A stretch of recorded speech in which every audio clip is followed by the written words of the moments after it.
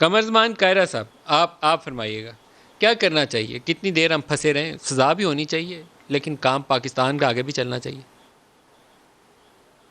دو تین باتیں ملک صاحب.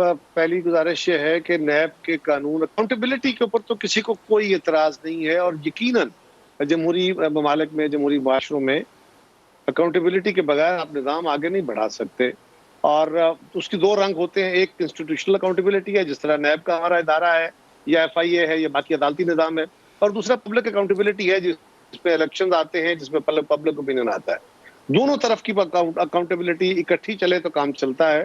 لیکن ہمارے ملک کے اندر یہ باتیں ملک صاحب، عدالت تو آج کہہ رہی ہے، ہم تو اس کو بی بی شہید کے دور سے کہتے چلے آئے، مشرف دور سے کہتے چلے آئے کہ یہ سیاسی انجینئرنگ کا ادارہ ہے. اس سے پہلے سے کہتے چلے آئے کہ یہ سیاسی انجینئرنگ کا ہتھیار ہے، یہ لوگوں کی وفاداریاں تبدیل کرنے کے لیے ہے، فلاں فلاں. اور وہ ساری باتیں عدالت نے کہہ دی. آپ نے بھی سنا، آج بھی آپ نے اس کو ریپیٹ کیا ہے. ہم کیا کہہ رہے ہیں؟ ڈاکٹر صاحبہ نے فرمایا کہ ہمارے دونوں کے ادوار آئے، مسلم لیگ کا بھی ہمارا بھی، اور ہم نے اس کو ٹھیک نہیں کیا. میں ان کی خدمت میں گزارش کروں گا کہ ہم نے اپنے دور میں کوشش کی کہ نیب کے قانون میں جو ایسے میئرز ہیں جو اس کو ایک انتقامی کاروائی کے طور پہ یا مس یوز اتھارٹی آ جاتی ہے، ان کو ٹھیک کر دیا جائے. لیکن اس وقت مسلم لیگ نے ہمارا ساتھ نہ دیا، اور میاں نواز شریف صاحب نے بعد میں اس بات کا اقرار کیا کہ وہ ہم سے غلطی ہوئی. لیکن مسلم لیگ کے دور میں اس پہ کوئی 40 میٹنگیں ہوئی، اور اس کے بعد ڈاکٹر شیریں مزاری صاحبہ پی ٹی آئی کی ممبر تھیں.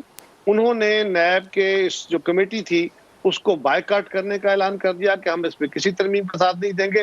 حالانکہ 40 میٹنگ میں سب کچھ ساتھ چلے، اس لیے اس میں کوئی فائنل فیصلہ نہ ہو سکا. اس حکومت میں آنے کے بعد بھی ہم نے فاروق نائک صاحب کا بل، رانا صاحب اس پہ زیادہ بہتر روشنی ڈال سکتے ہیں، کہ فاروق نائک صاحب کا بل سینٹ سے پاس ہوا جہاں پر میجورٹی تھی. اور ہم نے یہی کہا جب آرمی چیف کے ایکسٹینشن کا بل پاس ہونا تھا، اس وقت بھی نیب کے قانون پہ اوپر بحث ہوئی، اور اس وقت بھی کہا گیا کہ اس پہ آگے پیش رفت ہو سکتی ہے. تو ہم نے کہا کہ جی اس کا طریقہ کار یہ ہے کہ جو فاروق نائک کا بل ہے اور جو مسلم لیگ کی دور کی کمیٹی کی جو سفارشات بنی تھی، جتنا اس پہ کام ہوا فائنل نہیں ہو سکا، ان کو سامنے رکھیں، اور جو حکومت کرنا چاہتی ہے ایک اچھا نظام، ایک اچھا تشکیل دے لیں. اس کو آگے نہیں بڑھایا گیا. اسی کی تقاضا آج بھی کیا جا رہا ہے. کچھ نہیں مانگ رہے، نہ کوئی انورو مانگتا ہے، نہ کوئی رعایت مانگتا ہے. جو باتیں سپریم کورٹ نے کہی ہیں، جو باتیں اسلامی نظریاتی کونسل نے قائرہ کہی ہیں، صاحب، صرف لیکن ان بڑا باتوں پہ سوال عمل یہ ہے، کر دے. کیا آپ کے سامنے جو کل مریم نواز والا جو پورا انسیڈنٹ ہے وہ آپ کے سامنے ہے، یہ ایک اوائڈیبل انسیڈنٹ تھا جس کو تحریری سوال کر کے اگر آپ کے پاس ایسے کوئی شواہد آئے ہیں تو آپ ان سے جواب سوال کر لیں. جب آپ کے پاس ایسی کوئی قابل گرفت قسم کی دستاویزات آ جائیں کہ آپ عدالت میں پیش کر کے سزا دلوا سکتے ہیں، پھر آپ بلا بھی لیں. اب بلا کے ایک ڈرامہ رچا کے تو پھر آج یہ نعیم بٹ صاحب نے کہا پہلی کہ بعد میں گزارش انہیں تو یہ کہتے رہے ہے کہ واپس چلے جاؤ، آپ کو آپشن ہے کہ آپ تحریری جواب دے دیں. تو یہ ڈرامے بچ سکتے ہیں نا، ہم پاکستان کو آگے چلنے دیں، بے یقینی نہ پیدا جب کریں. آپ لیڈروں کو بلائیں گے نا جی، لیڈروں کو بلائیں گے، ان کے ساتھ ان کے کارکن جائیں گے. حال یہ ہے کہ اگر تو مریم نواز شریف صاحبہ کے جانے پہ مسلم لیگ کے کارکنوں نے ان کے آنے سے پہلے یا ان کے ساتھ آ کے نیب کے دفتر پہ حلہ بول دیا، تو پھر آپ نے جو کچھ کیا شاید وہ اس سے بھی زیادہ کرنے کی ضرورت تھی. اگر انہوں نے نیب کے دفتر پہ قبضہ کر لیا، کو آگ لگا دی، کو دفتر کو توڑ پھوڑ کر دی، کو گیٹ پہ قبضہ کر لیا، تو ایسا کچھ نہیں ہے.